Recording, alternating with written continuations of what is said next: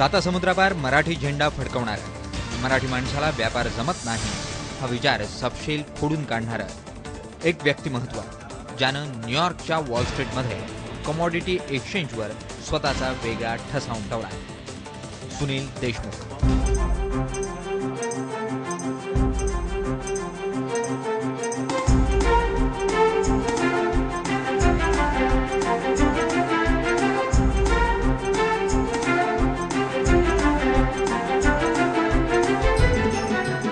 देशमुख यांना मराठी माणूस ओळखतो तो त्यांच्या महाराष्ट्र फाउंडेशनच्या कामाच्या माध्यमातून, पण या व्यतिरिक्त अमेरिकेतील प्रख्यात उद्योजक म्हणूनही त्यांची ओळख आहे। सुनील देशमुख यांनी 1999 पर्यंत अमेरिकेतील विविध कंपन्यांच्या महत्त्वपूर्ण जबाबदाऱ्या पार पडल्या। त्यातील अत्यंत महत्त्वपूर्ण जबाबदारी म्हणजे गोल्डमन सॅच्स ग्रुपच्या माध्यमातून वॉल स्ट्रीटवर करण्यात आलेली कोट्यवधी रुपयांची उलाढाल। व्यापारात ठसा उमटवणारे देशमुख मात्र केमिकल इंजिनिअरिंगचे पदवीधर आहेत। प्रवाह म्हणजे प्रवाह पतितासारखा झालेला आहे, कारण अख्खी बॅचच्या बॅच IIT म्हणा UDCT म्हणा ही अमेरिकेला कुठल्या तरी स्कॉलरशिप जाते, आणि माझ्या काळात तर नोकऱ्या पण नसायच्या, त्यामुळे एका बाजूने 3-4 युनिव्हर्सिटी फुल स्कॉलरशिप देऊन बोलत आहेत आणि दुसऱ्या बाजूने नोकरी नाही, म्हणजे चॉईस काय क्लिअर आहे।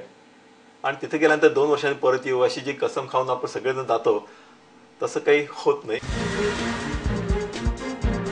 वॉल स्ट्रीटवर जबाबदारी स्वीकारण्याअगोदर प्राइस पेट्रोलियम या कंपनीच्या अध्यक्षपदाची जबाबदारी देशमुख यांनी सांभाळली।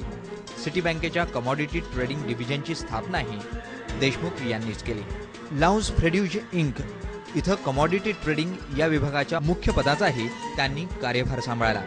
इंजिनिअरिंग आणि लॉ याचं अमेरिकेत अतिशय कौतुक आणि महत्त्व आहे, त्यामुळे तिथे मी जेव्हा BP नावाच्या ब्रिटिश पेट्रोलियममध्ये काम करायला सुरुवात केली, त्यांनी अतिशय त्याचं कौतुक करून मला त्यांच्या मॅनेजमेंट टीमवर बसवलं। As part of management team त्यांनी मला कमॉडिटी ट्रेडर केलं, कारण त्याचा एक्सपिरियन्स घेणं महत्त्वाचं। आणि तो जे मी केलं त्याच्या माझं ट्रेडिंग होते पार्टनर ते वॉल स्ट्रीटवरते, म्हणजे गोल्डमन सॅक्स, मॉर्गन स्टॅनली वगैरे वगैरे। आणि त्या काळचे जे गोल्डमन सॅक्सचे अध्यक्ष होते बॉब रुबेन, की जे पुढे अमेरिकेचे अर्थमंत्री झाले, त्यांनी पर्सनली मला बोलवून इंटरव्ह्यू घेऊन ऑन द स्पॉट गोल्डमन सॅक्स या कंपनीत कमॉडिटी ट्रेडर म्हणून घेतला। सुनील देशमुख यांनीच 15 वर्षापूर्वी महाराष्ट्र फाउंडेशनच्या माध्यमातून सामाजिक क्षेत्रात काम करणाऱ्या व्यक्तींना फेलोशिपची सुरुवात केली।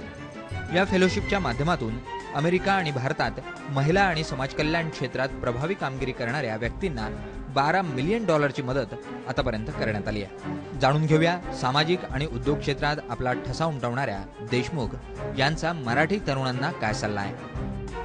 आजकाल भारतीय म्हटलं की कोणी असो त्याला ते अमेरिकन म्हणून प्रथम सलाम करतो, म्हणजे ही आपली कॉलर ताट आहे।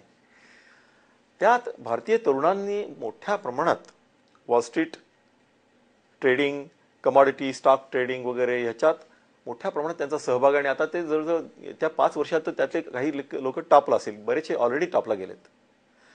त्यातल्या त्यात पुन्हा मला सांगायला अभिमान वाटतो की मराठी तरुण किंवा मराठी माणसं ही इव्हन त्यातल्या टॉपला आहेत।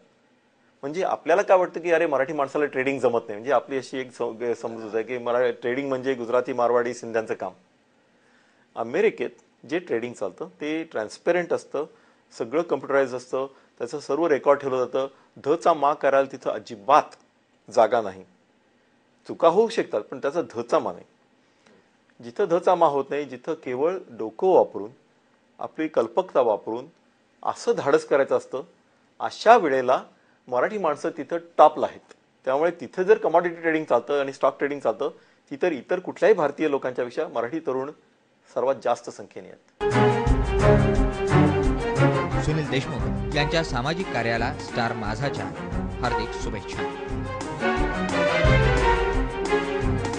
निलेश खरे, स्टार माझा, मुंबई।